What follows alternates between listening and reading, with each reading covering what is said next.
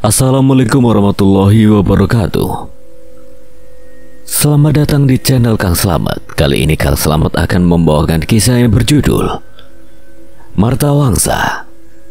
Cerita ini ditulis oleh Ezra Pratama. Sebelum kita masuk ke ceritanya, buat kalian yang belum subscribe channel ini, tekan tombol subscribe-nya terlebih dahulu dan tekan tombol notifikasinya agar kalian tidak ketinggalan cerita seram lainnya dari Kang Slamet. Gak usah berlama-lama lagi, langsung saja kita masuk ke ceritanya. Marta Wangsa. Si pengurang kewa tanpanya kamera tetap.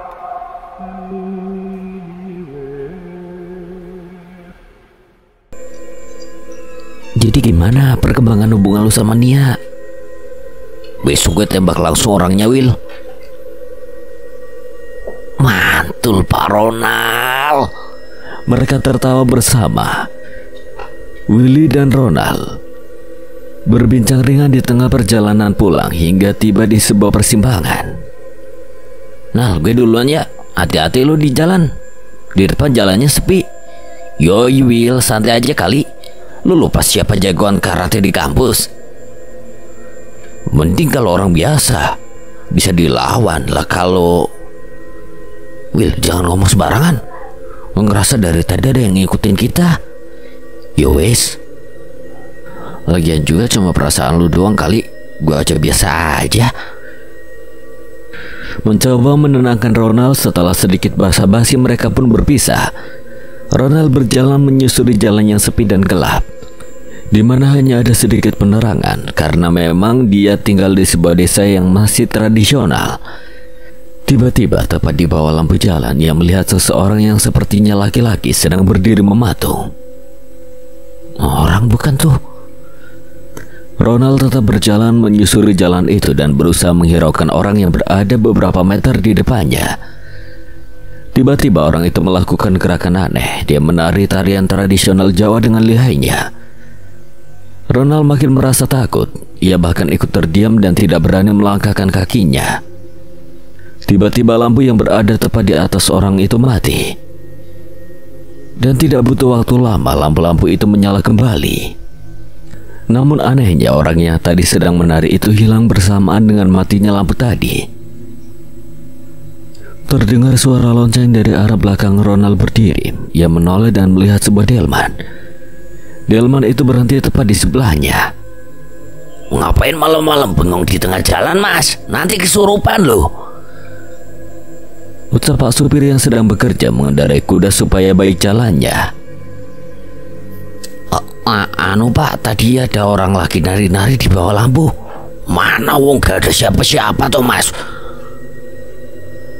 Melihat delman di jam yang sudah terbilang larut ini juga ada sedikit aneh. Bapak mau kemana lagi narik? Lagi mau pulang saya, Mas. Tadi dari kota habis nganterin pelanggan. Memang tinggal di mana Masnya? Kalau searah nanti saya antar. Di depan situ sih Pak, bentar lagi sampai. Ikut saya aja Mas, kebetulan saya lewat situ. Karena takut melewati lampu jalan yang menyeramkan tadi, Ronald mengiyakan tawaran kusir delman itu. Ia naik ke delman itu dan delman itu langsung berjalan. Dari mana Mas, jam segini baru pulang? Dari kampus Pak.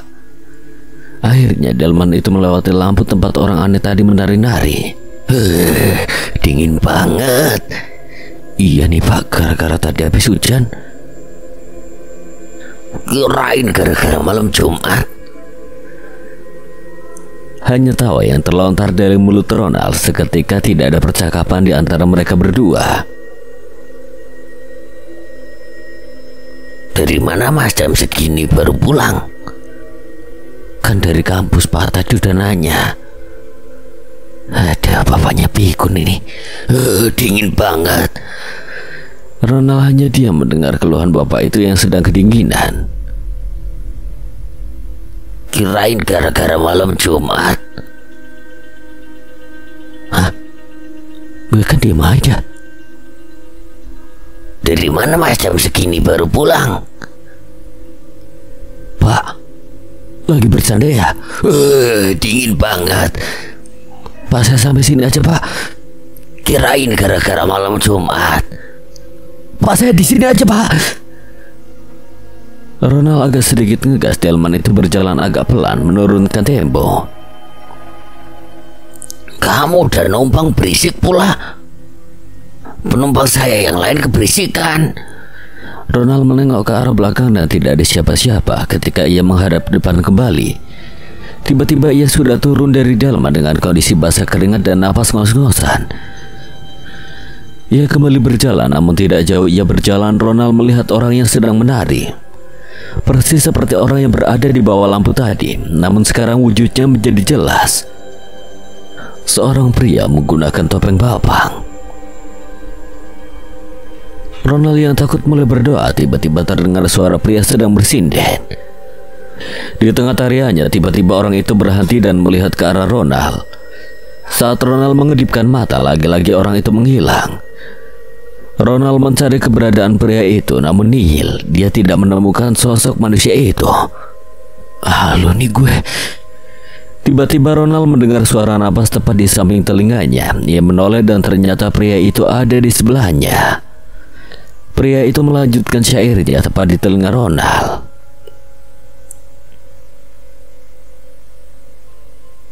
Seperti pada malam Jumat biasa, ibu selalu bernyanyi di depan pohon beringin tua yang ada di belakang rumah. Dengan nada sinden yang sangat membuat bulu kuduk merinding. Sambil Kak Sari menari dengan diiringi nyanyian ibu, sementara bapak sedang duduk dan berkomat kamit seperti membaca sebuah mantra di depan sesajenan yang biasa selalu ada di pohon beringin itu. Bayu hanya anak yang belum tahu apa-apa saat itu. Yang ia tahu hanya banyak kejadian-kejadian yang sulit untuk dijelaskan dengan kata-kata di rumah ini. Dari seorang anak gadis yang sepertinya sedikit lebih tua darinya sedang bermain di ayunan pada tengah malam. Bungkusan permen berwarna putih yang melompat-lompat di daerah dapur dan wanita bergaun putih yang tidur di bawah tempat tidurnya. Bayu terlahir dari keluarga bangsawan bernama Martawangsa yang konon katanya pada zaman dahulu adalah salah satu dari 10 keluarga agung yang mengabdi pada Raja Yudhistira. Tentu saja di zaman raja-raja dunia manusia dan alam gaib sangat erat kaitannya. Tak sedikit manusia yang bersekutu dengan mereka yang hidup dari dunia gaib untuk memperoleh kekayaan, kecantikan bahkan kesaktian. Tahun ini adalah ulang tahun ke-10 Bayu. Tepat 2 hari lagi genap usianya menjadi 10 tahun. Ibu nanti mau ngasih hadiah apa? Rahasia. Ayah dan ibu pokoknya punya kejutan besar buat Bayu. Yeay. Anak itu berlari-larian saking senangnya mendengar akan mendapatkan kejutan dari orang tuanya. Sambil duduk di pelataran rumah, ibu tersenyum melihat tingkah anaknya yang sangat bergembira karena akan mendapatkan hadiah. Malam telah tiba. Seperti biasanya sebelum tidur, Ning selalu menemani Bayu. Ning, 2 hari lagi aku mau ulang tahun loh. Kamu harus segera lari dari rumah ini, Bayu. Kenapa harus lari? Mereka akan membunuhmu. Selalu saja begitu. Mereka tidak akan melakukan ini padaku. Pintu kamar Bayu yang terbuat dari kayu jati itu pun tiba-tiba terbuka. Kamu belum tidur, nak? Ucap ibu yang masuk ke dalam kamar Bayu. Bayu lagi ngobrol sama Ning. Ning? Tanya ibu yang memperhatikan seluruh isi kamar Bayu. Dia ada di sebelah ibu. Cukup Bayu. Sudah ibu bilang berkali-kali, itu cuma halusinasi kamu. Tidak ada siapapun di kamar kamu, ngerti? Tapi bu, tidur kamu sekarang.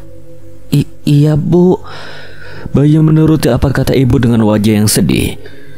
Ibu mematikan lampu dan keluar dari kamar Bayu. Bayu langsung memejamkan matanya untuk segera tidur. Malam telah larut. Bayu kecil tiba-tiba terbangun karena merasa ingin membuang air kecil.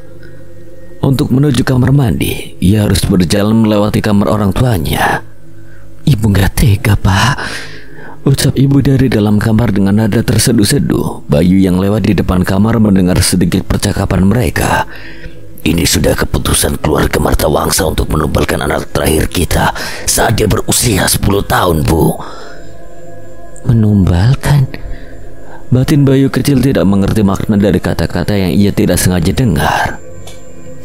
Keesokan harinya saat sedang duduk di pelataran rumah, ibu menghampiri Bayu membawakan makanan. Kamu belum makan, Nak? Makan dulu, ini ibu bawakan makanan. Ibu, artinya menumbalkan itu apa sih? Bayu masih saja memikirkan arti dari menumbalkan. Dengar kalimat itu dari mana? Dari TV, Bu. Menumbalkan itu berasal dari kata tumbal yang artinya adalah sesuatu atau seseorang yang akan diserahkan sebagai korban untuk keinginan tertentu. Tumbal berkaitan erat dengan dunia mistis sehingga pembuktiannya sangat susah. Tumbal bisa berupa sesaji hewan maupun manusia. Seseorang yang dijadikan tumbal biasanya akan mati. Mati? Bayu nggak lapar, Bu. Bayu dengan wajah yang murung, ia beranjak dari duduknya dan berjalan masuk ke kamarnya. Ning, dari kolong tempat tidur wanita bergaun putih itu keluar. Malam ini aku akan mati. Aku sudah bilang sebelumnya. Jika Bayu ingin selamat, Ning tahu tempatnya.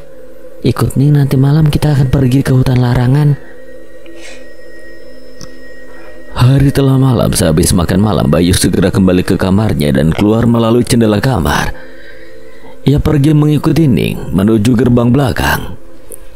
Bayu harus memanjat dinding yang cukup tinggi untuk bisa kabur lewat gerbang belakang. Bayu? Ibu? Bayu kaget melihat ibu yang memergokinya ingin kabur. Bayu berlari secepat mungkin. Ibu mengejar Bayu. Ketika Bayu hendak memanjat, sang ibu menangkapnya. Mau kemana kamu? Bayu mau pergi, Bu. Lepasin Bayu. Kenapa kamu mau pergi? Besok kan kamu ulang tahun. Ibu sama bapak udah beliin hadiah buat kamu. Besok Bayu mati, Bayu akan ditumbalkan dengan Bu. Ibunya kaget mendengar pernyataan Bayu. Ibu sama bapak mau numbalin Bayu buat iblis yang bapak dan ibu sembah kan? Sejak kapan kamu tahu? Apa kamu bertanya tadi siang karena mendengar percakapan bapak dan ibu semalam? Bayu tidak menjawab. Ia berusaha melepaskan dirinya dari jeratan ibunya. Bayu. Ibu memeluk Bayu dengan sangat erat sambil air matanya tidak kuasa mengalir. Ibu memberikan bungkusan kain putih yang berisi makanan dan lencana keluarga Martawangsa untuk bisa bertahan hidup di luar. Lari, nak, pergi dari sini sebelum ayah tahu. Ibu. Terima kasih, Bu. Bayu, sayang ibu. Bayu memeluk ibunya dengan erat. Ia mencengkeram baju milik ibunya. Ibu juga sayang sama Bayu. Terus hidup ya, nak. Ibu menciumi kedua pipi dan kening Bayu. Perlahan ibu melepaskan Bayu dari genggamannya. Bayu berlari menjauhi rumah sambil terus melihat ke arah ibu yang berada jauh di belakangnya. Ia menangis. Bayu memasuki hutan larangan dan bersembunyi di sana. Ning membawa Bayu ke sebuah rumah tua yang berada di dalam hutan. Seorang pria yang tidak terlalu tua sedang menimba air dari sumber tua yang berada di sebelah rumahnya. Pria itu melihat Bayu yang tengah beristirahat di pekarangan rumahnya dengan napas yang hampir habis. Minumlah. Siapa kau? Bayu Martawangsa. Martawangsa? Namaku Gentar Martawangsa. Martawangsa? Bayu tiba-tiba tersedak. Ia bangun dan ingin berlari kembali, namun Ning menghentikan Bayu. Jangan takut, Bayu. Gentar sama sepertimu. Paman juga mau ditumbalkan. Itu cerita lama. Gentar masuk ke dalam rumah dan keluar lagi dengan membawa suatu barang yang dibungkus dengan kain putih. Apa itu, Paman? Bukalah. Bayu membuka kain itu dan mendapati sebuah topeng berwarna merah. Topeng ini bernama Bapang. Bapang Jaya Santika. Hanya keluarga Martawangsa yang mampu menggunakan kesaktian dari topeng ini. Cepat atau lambat mereka akan menemukanmu. Gunakan ini untuk melindungi dirimu. Amarah adalah makanan dari topeng ini. Kau harus memiliki dendam untuk menggunakan Bapang. Simpanlah topeng itu. Gentar memberikan topeng Bapang Jayasentika pada Bayu. Bayu mengambil topeng itu dan lalu membawa topeng sakti itu pergi. Terima kasih paman. Aku harusnya mengajak ibu pergi bersamaku. Batin Bayu, ia kembali menuju rumahnya untuk membujuk ibu pergi malam itu juga karena jarak yang jauh. Bayu sampai di pekarangan rumah lewat dari tengah malam. Ia mengendap-endap masuk dari gerbang belakang. Secara diam-diam masuk ke dalam rumahnya melalui jendela kamarnya. Ketika ia baru saja hendak masuk melalui jendela, ia melihat ayahnya di pohon beringin bersama dengan beberapa orang yang sepertinya adalah orang penting dari keluarga Martawangsa. Ia mencoba untuk sedikit mengintip apa yang sedang mereka lakukan. Kemana kau bawa anak itu pergi, Rati? Ucap ayah pada ibu yang sedang diikat tertidur di tengah mereka semua. Kau tidak akan pernah menemukan Bayu, Mas. Baiklah kalau begitu. Sebagai gantinya kaulah yang harus ditebalkan untuk persembahan Tuan Suratama. Sebenarnya aku tidak ingin membunuhmu, tapi di jalan yang kupilih. Beristirahatlah dengan tenang, Rati. Ayah menggorok leher ibu menggunakan pisau yang ia pegang di tangan kanannya. Ibu! Teriak Bayu membuat semua yang berada di sana menoleh memperhatikan anak yang genap berusia 10 tahun itu. Kemana saja kau? Harusnya tidak seperti ini. Bayu menunduk dengan raut wajah yang tak karuan. Ia berdiri mematung tanpa membalas perkataan ayahnya. Tatapannya kosong. Jawab! Amarah adalah makanan dari topeng ini. Kau harus memiliki dendam untuk menggunakan Bapang. Kata itu yang terus terngiang di kepala Bayu saat ini. Bayu mengeluarkan topeng Bapang dan mengenakannya dengan perasaan yang sangat murka terhadap keluarga terkutuk itu. Mati kalian semua. Demi iblis Bapang ini. Bayu menerjang ayahnya dan menusuk dada kirinya dengan tangan kanannya yang kini berwarna merah seperti tangan iblis. Dengan kuku-kuku setajam pisau. Darah bercucuran membasahi rumput taman. Dari mana dia mendapatkan topeng itu? Ucap salah seorang tetua. Setelah membunuh ayahnya, Bayu kemudian membunuh semua orang yang hadir di halaman rumahnya tanpa menyisakan satu orang pun yang hidup. Malam itu dikenal sebagai malam pembantaian keluarga Martawangsa, peristiwa malam bulan merah. Suara tangisan gadis kecil yang duduk di kursi sebelahnya membangunkan Bayu dari mimpi masa lalunya. Bayu menoleh ke arah anak kecil itu dan merogoh kantong celananya yang memberikan senyum yang ramah pada anak itu dan memberikan permen kepadanya. Tuh dikasih masnya. Udah, jangan nangis lagi, ayo. Gadis kecil itu mengambil permen yang Bayu berikan. Bayu membalasnya dengan memulai rambut anak itu. Mau kemana? Ke terminal Singaparna, Bu. Singaparna? Iya, Bu. Ada apa ya? Jangan keluar malam hari. Di sekitar daerah itu marak pembunuhan berantai. Pembunuh itu menyebut dirinya Bapang Jayasentika. Bapang. Karena saat malam sudah tidak ada angkutan, beberapa orang memilih berjalan kaki hingga sampai ke desa. Dan saat itulah iblis Bapang membunuh mereka. Saya akan ingat pesan dari ibu. Terima kasih. Bayu tersenyum ramah. Sesampainya di terminal Singaparna, waktu sudah menunjukkan pukul 3 sore. Bayu menggunakan transportasi umum untuk pergi ke sebuah desa yang tidak terlalu jauh dari sana. Desa yang penuh dengan kenangan masa kecilnya dan desa yang menjadi mimpi buruknya selama 12 tahun ia pergi meninggalkan desa. Sudah banyak berubah ya? Ia menikmati pemandangan hamparan sawah. Hembusan angin yang masuk melalui jendela mobil angkutan kota membuat rambutnya berkibar-kibar. Kiri, Bang. Bayu berhenti di depan lapangan tanah merah yang dipenuhi anak-anak yang sedang bermain bola. Sambil berjalan ia tersenyum melihat bocah-bocah itu. Bayu ingat betul dalam benaknya ketika ia seusia bocah-bocah itu. Pria yang kini telah tumbuh dewasa itu pernah bermain bola di lapangan itu dan menjadi pemain andalan di timnya. Bayu terus berjalan hingga ia berhenti di depan rumah tua dengan halaman yang besar. Rumah ini gak pernah berubah. Seorang wanita yang usianya tidak lagi muda sedang menyapu daun-daun yang berserakan di hamparan rumput. Daun-daun itu jatuh dari pohon besar tempat ibunya dibunuh. Bayu memperhatikan wanita itu sambil tak sadar jika air matanya menetes. Kak Sari. Wanita itu sepertinya mendengar panggilannya sambil menyapu. Ia menoleh ke arah Bayu yang sedang berdiri di depan pintu gerbang sambil menatapnya. Sari menghampirinya. Maaf, cari siapa ya? Tanyanya yang tidak mengenali Bayu. Jelas saja Bayu pergi dari rumah ketika berusia 10 tahun. Sudah kurang lebih 12 tahun ia meninggalkan rumah, dan fisiknya sudah jauh berbeda dari saat ia masih kecil. Sementara itu Kak Sari tidak terlalu berubah. Mungkin karena saat Bayu pergi usia kakaknya itu sudah bukan usia untuk bertumbuh lagi. Jadi perubahan secara fisiknya tidak terlalu berubah secara signifikan. Enggak, cuma kebetulan lewat aja. Ia tersenyum pada kakaknya. Bayu memutar tubuhnya. Ia berjalan pergi meninggalkan Kak Sari dan rumah masa kecilnya itu. Bayu. Langkah Bayu terhenti. Ternyata Kak Sari masih ingat.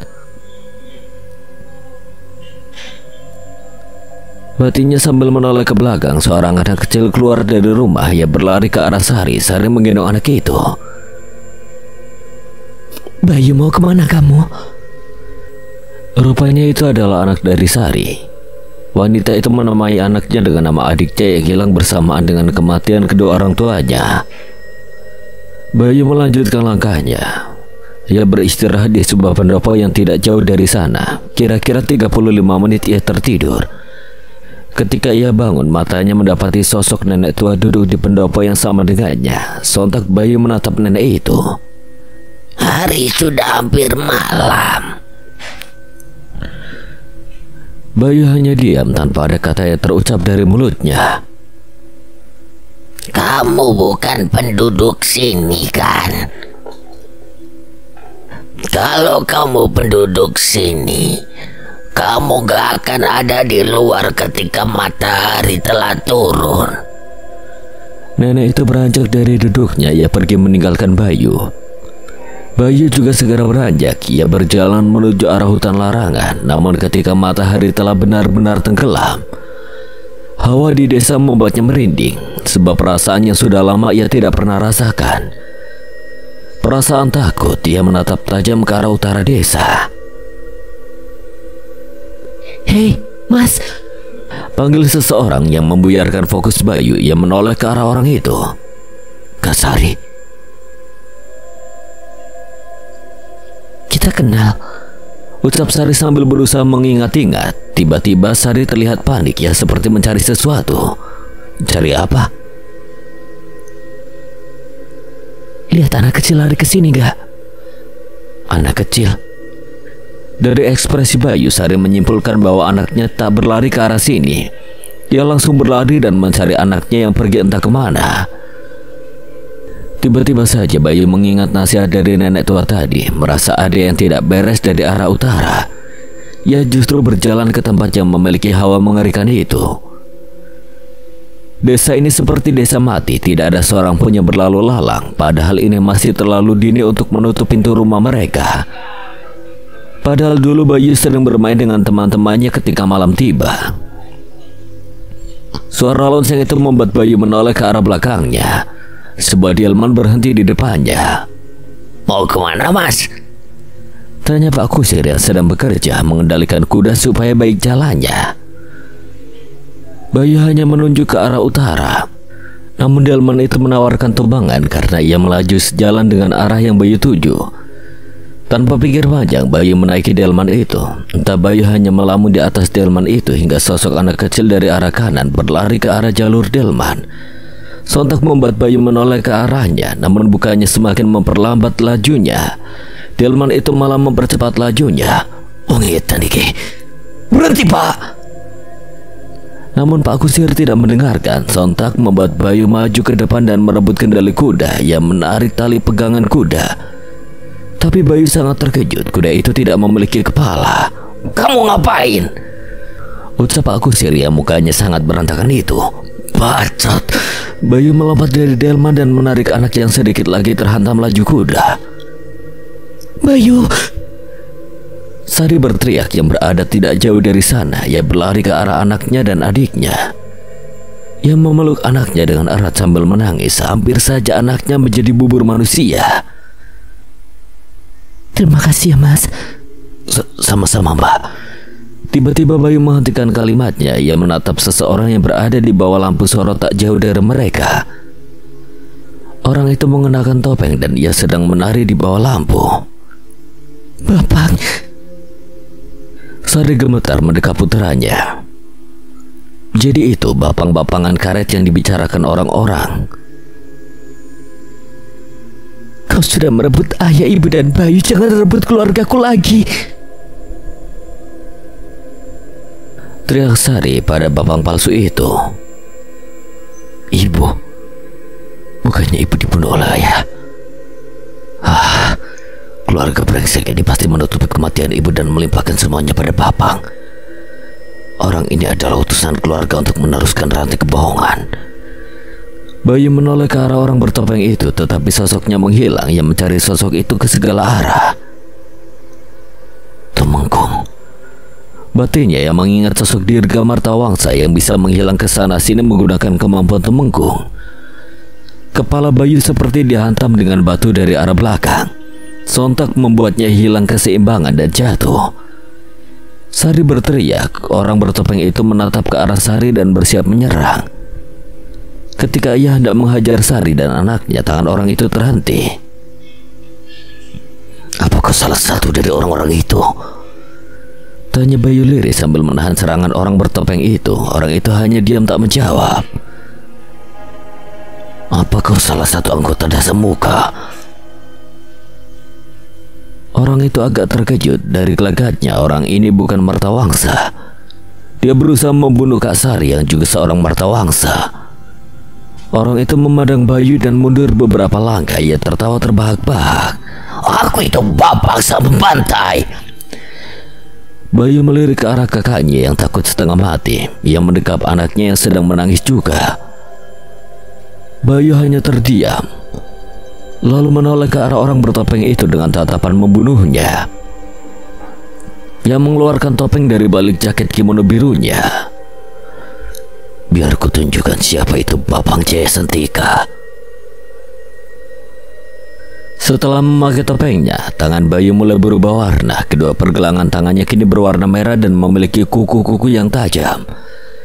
Seperti tangan iblis, perubahan Bayu memberikan tekanan pada orang di hadapannya yang mengaku Bapang. Orang itu sempat terdiam beberapa saat, lalu ia mulai menari tarian tradisional Jawa. Perlahan ia mendekati Bayu sambil perlahan tubuhnya menghilang hingga tak terlihat. Kemampuan Tumenggung. Ia memaksa kuda-kuda bertahan. Sebuah sabetan pisau mengarah ke wajahnya. Beruntung Bayu sudah terbiasa melawan Tumenggung. Ia mampu menghindari sabetan itu dan hanya mendapatkan sedikit goresan. Ada sesuatu yang janggal ketika Tumenggung melepaskan serangan. Ia muncul dengan wujudnya, tetapi orang yang mengaku sebagai Bapang ini tidak begitu. Ia bukannya dapat berteleportasi, melainkan hanya seperti tak kasat mata. Setelah melepaskan sabetannya, ia masih saja tak terlihat. Orang ini lambat. Bayu kembali memasang kuda-kuda, tapi kali ini ia bersiap untuk melakukan counter attack. Bayu menutup matanya dan membiarkan keempat indera lainnya bekerja secara ekstra. Ia mempertajam penciuman dan pendengarannya. Waktu terasa lambat untuknya. Perlahan ia mendengar suara jangkrik, suara angin yang menerpa dedaunan malam. Bahkan ia mendengar bisikan-bisikan penduduk di sekitarnya. Begitu pula dengan suara-suara langkah kaki yang tak bertubuh. Bayu membuka matanya. Ia berlari ke arah Kak Sari dan anaknya. Bayu melemaskan jari-jarinya dan meregangkan tangan kanannya yang melesatkan tusukan ke arah sembarangan. Rupanya bukan sebuah tusukan sembarangan, melainkan Bayu sudah membidik pria tak kasat mata itu dengan tangan iblis milik Bapang. Darah segar mengalir dari dada yang berlubang. Tangan Bayu menusuk punggung pria itu hingga menembus dadanya. Tangannya berada tepat di depan wajah Kak Sari. Bayu menarik tangannya. Tubuh Bapang palsu itu tergeletak tak berdaya tepat di hadapan Kak Sari. Wanita itu menatap Bayu dengan sejuta kengerian. "Pergilah kau. Kau aman sekarang." "Dasar pembunuh!" Sari melempar batu pada Bayu. Kini ia ingat lubang-lubang pada tubuh Martawangsa yang menjadi korban peristiwa malam bulan merah. Rupanya yang berada di hadapannya adalah Bapang yang asli yang telah membunuh keluarganya. "Rupanya kau pembunuh biadab. Bunuh aku sekarang." Sari melempar Bayu dengan batu-batu kecil yang ada di sekitarnya. Sebenarnya Bayu ingin menceritakan kebenaran pada kakaknya, tapi sepertinya itu bukan waktu yang tepat. Dia melemparkan sesuatu pada kakaknya, lalu membuka topengnya sambil berjalan mundur menjauhi kakaknya. "Dari mana kau dapat benda ini?" ucap Sari yang merendahkan nada bicaranya. Bayu tak menjawab. Ia hanya berjalan mundur sambil mengenakan topengnya lagi. Bayu memutar badannya dan berlari. Ia pergi meninggalkan Sari yang masih terduduk di tengah jalan. Sari tak bergeming sambil ia menatap sebuah mainan Power Rangers merah yang pernah ia berikan untuk adik kecilnya dulu. Dari mana dia mendapatkan benda ini? Bayu berlari dengan topeng Bapang yang memasuki perbatasan antara desa dan hutan larangan. "Kenapa kau menangis, bocah?" ucap Bapang yang tidak pernah sama sekali melihat tuannya bersedih, apalagi menangis. "Bukan urusanmu."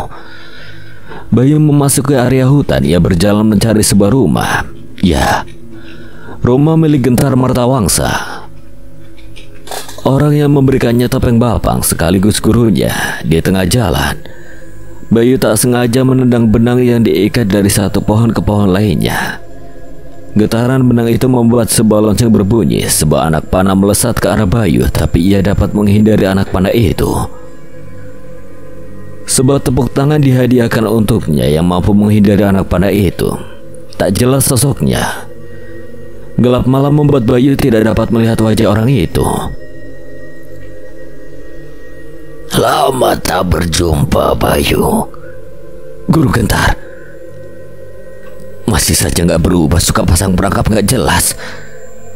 Bayu tersenyum. Setelah pertemuan mereka, Gentar membawa Bayu menuju rumahnya.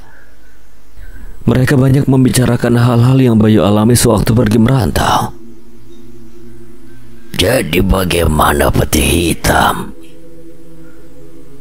Bayu menghentikan langkahnya sambil menatap ke tanah. Peti hitam sudah berakhir. Hal itu sontak membuat Gentar juga menghentikan langkahnya. Ia menatap Bayu dengan tatapan murka. Semuanya tertangkap. "Mikail, Dia mati. mati." Gentar sudah mengenal Mikail. Ia tahu bahwa Mikail Sagara adalah seorang magos. Ia harusnya tidak bisa mati. Jika ada sesuatu yang membunuhnya, sudah pasti itu adalah kekuatan yang cukup besar. Gentar menarik napas panjang dan membuangnya perlahan. Ya sudah, kalau begitu mau bagaimana lagi? Tapi aku membuat peti hitam yang baru. Gentar mengerutkan dahinya. Peti hitam yang baru. Apa maksudnya? Ia sama sekali tidak mengerti perkataan muridnya itu. Yang bisa membunuh seorang Martawangsa hanyalah Martawangsa seorang. Kebetulan aku menemukan seorang anak yang sudah tidak memiliki siapa-siapa.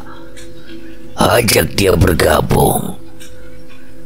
Sesampainya mereka di rumah reot milik Gentar, seorang anak kecil menyambut mereka. Anak itu terlihat berantakan. Matanya tak memiliki cahaya kehidupan, seolah mati dalam kegelapan. Anak itu menatap Bayu.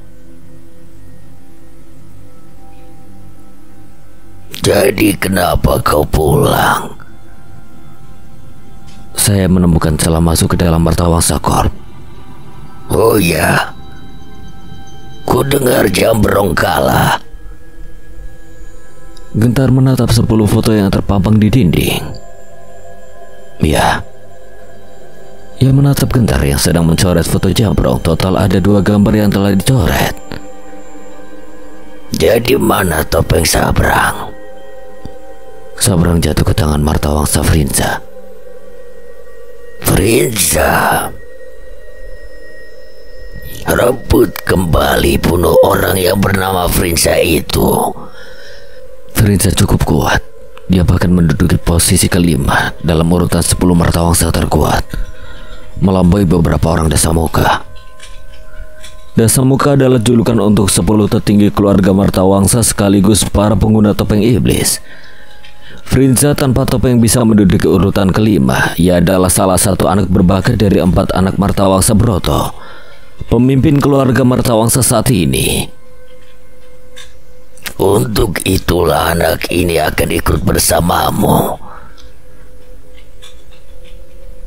Oh iya, tentang peti hitam yang baru ada berapa orang anggotanya? Total ada 3 termasuk aku dan anak ini. Dan anggota yang satunya? Salah seorang putra Broto, pemilik topeng Tumenggung. Namanya adalah Dirga Martawangsa. Pagi ini Naya sudah selesai dengan segala urusan rumahnya. Ia tinggal di sebuah kos-kosan yang tidak begitu besar. Karena pekerjaannya cukup jauh dari rumahnya, ia memutuskan untuk menyewa sebuah kos-kosan di daerah Jakarta Pusat. Naya menerima pekerjaan sebagai staff finance di Martawangsa Corporation, sebuah perusahaan besar yang muncul dan menghabisi beberapa kompetitornya. Dalam kurun waktu kurang dari 10 tahun, Martawangsa Corp mampu menjadi salah satu perusahaan yang paling berdampak untuk mengisi berbagai jenis kebutuhan masyarakat kecil hingga kebutuhan para konglomerat. Setelah menghabiskan sarapannya, Naya pergi menuju kantor barunya dengan berjalan kaki. Jaraknya tidak terlalu jauh, tapi tidak terlalu dekat juga. Kira-kira Naya membutuhkan waktu sekitar 10-20 menit untuk tiba di kantornya. Di perjalanan ia berpapasan dengan seorang pria dengan jaket jeans berwarna biru. Orang itu memiliki wajah yang suram. Ketika jarak mereka sudah dekat, pria itu tiba-tiba saja terjatuh, sontak membuat Naya menjadi kaget. Ia menoleh ke segala arah untuk mencari bantuan, tapi tidak ada orang lain selain mereka. Perut orang itu berbunyi, sepertinya ia kelaparan. Naya mengeluarkan kotak makanan dari dalam tasnya dan memberikannya pada pria itu. Mencium aroma yang lezat, pria itu segera bangkit dan menatap kotak makanan milik Naya. "Buat kamu," ucap Naya sambil tersenyum. Orang itu hanya diam sambil menatap Naya. "Jangan sungkan, silakan dimakan." Naya menyadari bahwa ia bisa saja terlambat. Gadis itu memutuskan untuk pergi meninggalkan kotak nasinya dan bergegas pergi meninggalkan pria itu sendirian. Beruntung ia tiba tepat waktu. Sesampainya ia di Martawangsa Corp, Naya segera disambut oleh staf HR yang mengenakan name tag bernama Martawangsa Edwin. "Mari ikuti saya." Naya diajak berkeliling Martawangsa Corp dan dikenalkan pada seluruh divisi. Setelah itu, Ed menjelaskan tentang job desk-nya. Setelah ia rasa cukup, Ed meninggalkan Naya di ruangannya. Naya tidak sendiri. Di ruangan itu ada 6 orang lainnya dan satu manekinnya agak menyeramkan. Jujur saja mungkin Naya akan takut jika ditinggal hanya berdua dengan manekin itu, tapi Naya tidak begitu memikirkannya. Ia mulai mengerjakan pekerjaannya. Di sisi lain, komisaris tertinggi Martawangsa Corp, yaitu Martawangsa Broto, yang sedang menikmati secangkir teh di rumahnya. Ia memang datang sesuka hati, bahkan tidak jarang ia bekerja di rumah. Ia meletakkan tehnya dan bersandar pada kursi panasnya sambil mendengarkan musik klasik Eropa. Hari yang sangat tenang, namun ketenangan itu perlahan memudar. Teh yang tadinya diam dan tenang tiba-tiba bergelombang seperti ada sesuatu yang jatuh ke dalamnya. Begitupun dengan musik klasik yang menjadi kusut. bagaikan mendengarkan musik dengan piringan hitam yang telah rusak. Jadi, apa yang membuatmu kesini? Deklarasi perang, ucap seseorang yang tiba-tiba saja duduk di sofa panjang yang terletak di pinggir ruangan.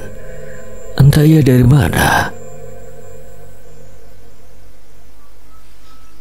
Aku pernah bilang bukan bahwa kelak Martawangsa Corp akan hancur di tanganku.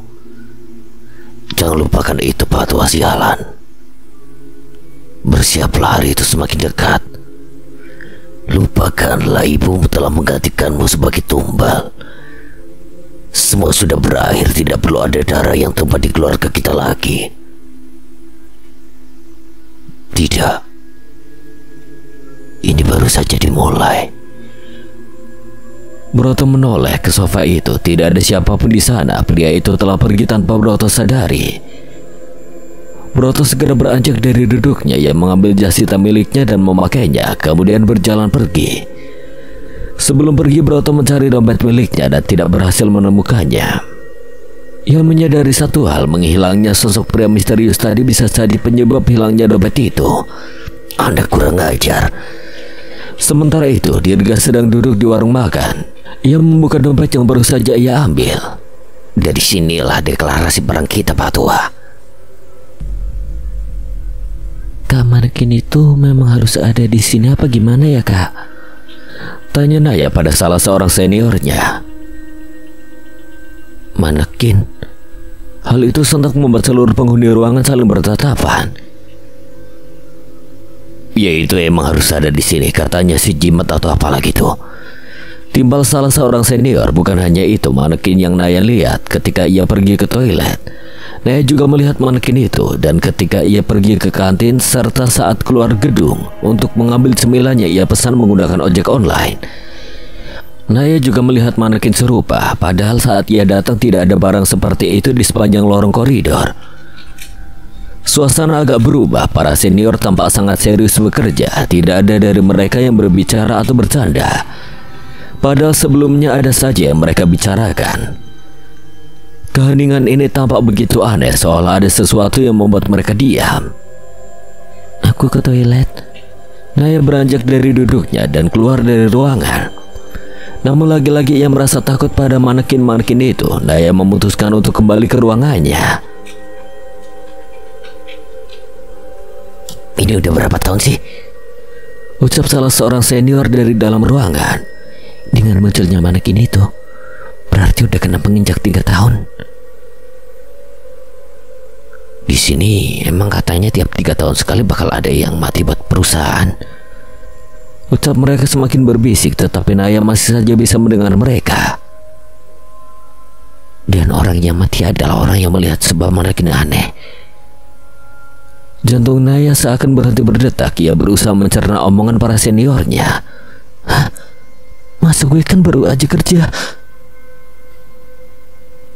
Batin Naya yang sebenarnya berada di tengah antara percaya dan tidak percaya. Kalian pada lihat ada manekin? Enggak. Sontak mereka semua menjawab tidak melihat manekin itu. Tiba-tiba saja Naya membuka pintu. Para senior langsung kembali terdiam. Tidak ada yang berani menatap Naya. Mereka menghabiskan jam kerja dengan minim obrolan.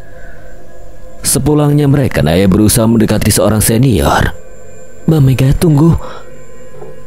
Mega menoleh ke arah Naya. Sebenarnya aku dengar obrolan kalian tadi tentang tumbal. Nah, aku gak mau ngomongin topik tentang itu. Tapi aku yang mau, Mbak. Aku anak baru dan gak tahu apa-apa. Itu cuma rumor, Nay. Cuma rumor, oke? Gak, Mbak, aku lihat manekin itu. Dan itu ada di mana-mana, bahkan di jalanan. Dia seakan-akan ngikutin aku. Mega tidak peduli. Ia pergi meninggalkan Naya sendirian. Jujur saja Naya ketakutan. Awalnya manekin itu hanya ada di ruang kerjanya, tapi sekarang ia berada tepat di samping lampu merah yang berada di seberang jalan raya. Naya berjalan pulang. Hari ini tampak begitu sepi. Bahkan dari pagi ia tidak menemui siapapun di jalan ini. Selain pria kelaparannya ia temui pagi tadi. Di tengah ketegangannya, sesuatu menyentuh pundaknya. Naya menjerit ketakutan. Sorry. Rupanya itu adalah pria yang tadi pagi ia temui. Pria itu mengembalikan kotak nasi milik Naya. Seharian kamu nungguin di sini? Enggak juga sih, setengah hari lah ya. Jujur saja, hadirnya pria itu membuatnya agak merasa tenang karena setidaknya Naya tahu bahwa ia tidak sendirian. Naya menoleh ke segala arah. Kali ini ia tidak temukan manekin menyeramkan yang tampak mengikutinya. Sepertinya memang itu hanya manekin biasa, pikir Naya. Naya Mahardini, ucap pria itu membaca name tag milik Naya. Dirga. Makasih ya buat tadi pagi, jujur aku habis kecurian. Jadi beberapa hari ini gak pegang uang, tapi sekarang udah beres sih semua masalahku. Oh iya, kamu masak sendiri? Iya, kenapa? Enak. Dirga tersenyum membuat Naya tersipu malu. Cara membuat wanita bahagia adalah dengan memuji masakannya. Baik Andi Sagara, batin Dirga. Setelah percakapan itu mereka berpisah. Naya pulang ke kosan sementara Dirga pergi entah kemana. Hari mulai menggelap. Malam semakin larut. Seseorang menelpon Naya. Naya, bisa kita bicara? Mbak Mega, Naya, apa manekin itu masih ada di sekitar kamu? Naya mengingat kembali tentang manekin itu. Ia menoleh ke segala ruangan dan tidak ia temukan manekin itu. Naya juga menoleh keluar dan mengecek area sekitar kosnya dan tidak ada manekin seperti yang dilihat di kantor. Setelah Naya memberitahukan Mega bahwa tidak ada manekin seperti itu, Mega segera berangkat menuju kosan Naya. Jam menunjukkan pukul 9 malam. Mega sampai di kosan milik Naya. Ia membeberkan segala informasi yang ia tahu. Jadi sebenarnya rumor ini udah lama dan pernah ada orang yang menghilang setelah melihat manekin menyeramkan. Menurut pengakuan para senior yang lebih dulu bekerja di sana, memang biasanya ada anak baru yang mengaku melihat manekin menyeramkan dan setelah itu mereka menghilang. Pihak atas tak tahu menahu tentang ini. Mereka hanya berpikir jika orang-orang ini sebenarnya tidak kuat dengan aturan ketat Martawang Sakor. Tetapi ada hal yang janggal ketika semua korban ini mengaku melihat sebuah manekin. Mbak, gak apa-apa kasih aku kabar begini. Jika rumor ini benar, Mbak gak mau jadi pembunuh, Nay. Tapi satu hal yang harus kamu ketahui, jika Mbak menghilang, rumor itu benar. Dan kamu harus hati-hati ya. Mbak Mega jadi terjebak masalah ini gara-gara aku. Tapi itu cuma rumor, Nay. Bismillah, kita bisa lewatin ini bersama. Mega mengelus pundak Naya sambil tersenyum. Setelah itu bercerita. Keesokan harinya Naya berangkat pada jam yang sama dengan hari sebelumnya. Sejujurnya ia berharap bertemu dengan Dirga. Menurutnya Dirga adalah pria yang baik dan tampan. Namun pagi ini ia kecewa karena ia tidak temukan sosok Dirga di jalan yang sepi ini. Sesampainya di kantor, Naya masuk ke ruangan. Sudah ada beberapa orang yang hadir di sana. Manekin itu juga masih ada di sana. Tak bergeser sedikit pun. Naya menghela napas. Mungkin ini semua hanya prank yang disiapkan oleh perusahaan untuk anak baru sepertinya. Dan Mega adalah orang yang tidak tertarik dengan prank itu. Tapi tunggu dulu. Untuk apa Mega harus datang larut malam hanya untuk sebuah prank? Dan kemana dia hari ini? Sudah 1 jam waktu yang terbuang. Sekarang waktu sudah menunjukkan pukul 9 pagi dan Mega belum kunjung hadir. Seseorang membuka pintu membuat wajah Naya kembali tersenyum, yaitu adalah Mega. Setidaknya ia tahu bahwa seniornya masih baik-baik saja. Untuk menjaga kondisi di ruang kerja, Naya sengaja untuk tidak mengajak Mega berbicara. Ia hanya tidak mau Mega terkena masalah gara-gara dirinya. Meskipun orang lain mengabaikannya, bukan berarti mereka menganggap Naya tidak ada. Mereka masih tidak merespon Naya, hanya saja sikap mereka berubah menjadi lebih berhati-hati ketika tahu bahwa Naya melihat manekin aneh di ruangan mereka. Hingga tak terasa waktu berlalu begitu cepat. Naya menatap Mega yang masih bekerja. Sedangkan semua orang sudah bersiap untuk pulang karena gedung ini sudah harus kosong tepat jam 6 sore. Bayu pulang, udah mau jam 6. Semua orang menatap Naya. Nay, kamu ngomong sama siapa? Sama Mbak Mega. Mega? Semua penghuni ruangan semua saling bertatapan. Mega gak masuk hari ini, semalam dia kecelakaan. Hah? Naya menoleh ke arah kursi. Seorang wanita memang sedang duduk di kursi milik Mega, tetapi itu bukan Mega dan semua orang tidak dapat melihat wanita itu. Naya berjalan mundur. Ia tidak percaya dengan teman-teman kerjanya.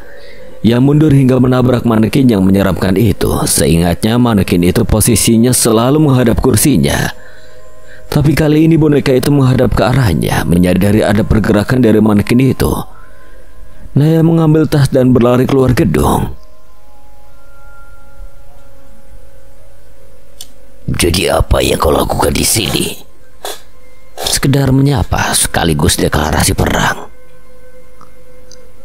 Bagaimana caranya kau bisa sampai ke ruangan ini? Gemma, seharusnya kau itu lebih pintar dariku, bukan? Adik kecil yang otaknya tak berkembang. Gemma memutar kursinya. Ia menatap Dirga yang sedang bersandar di tembok samping pintu. Oh, kau lebih tampan dengan luka itu. Dirga menunjuk area di bagian atas hidung Gemma. Ada sebuah goresan luka yang membekas di sana. Sayang sekali seranganku bersarang tepat di sebelah jantungmu. Hanya tinggal beberapa senti lagi padahal. Sebentar lagi pada dasar muka akan mengepungmu. Kupastikan kali ini jasadmu berada di sebelah makam ibu. Kurang ajar. Dirga berjalan ke arah Gemma, tetapi langkahnya terhenti. Pintu ruangan Gemma terbuka secara paksa, sehingga membanting pintu ke tembok samping. Dia sudah pergi, ucap Gemma pada beberapa orang keamanannya baru saja tiba. Tidak ada siapapun di ruangan itu selain dirinya. Dirga berhasil lolos dan kabur dari sarang musuhnya. Ketika keluar dari gedung, Dirga melihat sosok yang cukup familiar. Ia melihat Naya yang berlari keluar dari gedung. Entah apa penyebabnya, seorang dengan kemeja abu-abu berjalan keluar dan mengikuti Naya. Aura orang itu benar-benar mengerikan, bahkan lebih menyeramkan dari tekanan jamrong dan topeng sabrangnya. Naya berjalan dengan langkahnya yang cukup cepat. Ia tampak begitu gelisah. Seperti biasa jalanan menuju kosannya sangatlah sepi. Heran, kenapa sepi banget sih di sini? Sesuatu menyentuh bahu Naya. Wanita itu sontak berteriak sambil duduk di tanah. Kakinya gemetar dan lemas. Hei, Naya, tolong jangan bunuh saya. Naya, tenangin aku, Dirga. Dirga, tolong, please tolongin Naya. Iya, aku bantu, tapi jangan gini dong. Naya melompat dan memeluk Dirga. Sorry. Jangan pulang, kita cari hotel. Hotel mau ngapain? Terlalu beresiko. Resiko apa? Kamu lagi diikutin kan? Sontak pertanyaan Dirga membuat Naya kembali tersadar akan posisinya. Ia menatap ke sekelilingnya. Setelah memastikan bahwa mereka aman, Dirga membawa Naya ke sebuah hotel. Semoga malam kalian menyenangkan. Dase cocot mogi lo mas. Ancen nasu kok. Penjaga hotel itu bingung. Ia tidak mengerti bahasa Jawa seperti halnya beberapa pembaca. Ya, tak perlu dipikirkan, hanya kalimat selipan.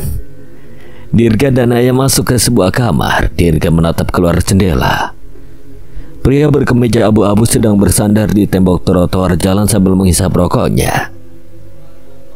Dirga mengambil ponselnya dan menelpon seseorang. Hotel Nganu, kamar nomor 666. Sesingkat itu, kemudian ia menutup telepon. Terlihat nomor yang ia hubungi menelpon balik, tetapi Dirga mengabaikannya. Gak diangkat. Dia mulai bergerak. Siapa? Edwin. Pak Edwin? Semua martawang saya itu busuk. Edwin memasuki hotel. Ia sempat menatap ke arah kamar nomor 666. Ia menatap Dirga yang sedang menatapnya juga. Dirga memasang lonceng dan meletakkan garam putih di depan pintu. Kamu ngapain? Mundur. Dirga, sebenarnya aku diikutin sama apa? Aku takut. Naya mencengkram lengan hoodie hitam milik Dirga. Lonceng yang Dirga pasang berbunyi. Dirga! Teriak Naya yang tiba-tiba mundur dengan gemetar. Bagaimana tidak? Garam yang digeletakkan di depan pintu berubah menjadi hitam. Garam yang tadinya berwarna putih itu berubah menjadi hitam. Kaca jendela kamar bergetar. Gagang pintu juga bergerak seakan ada yang memaksa membuka pintu. Nah ya, bukan ini aku Mega. Mbak Mega. Apapun yang berada di luar itu bukan sesuatu yang baik. Nah ya, buka pintunya, Nay. Nah ya. Mbak. Buka pintunya, Jalang. Pintu kamar mereka dihujani dengan gedoran yang cukup keras hingga membuat Naya menutup kedua telinganya sambil menangis.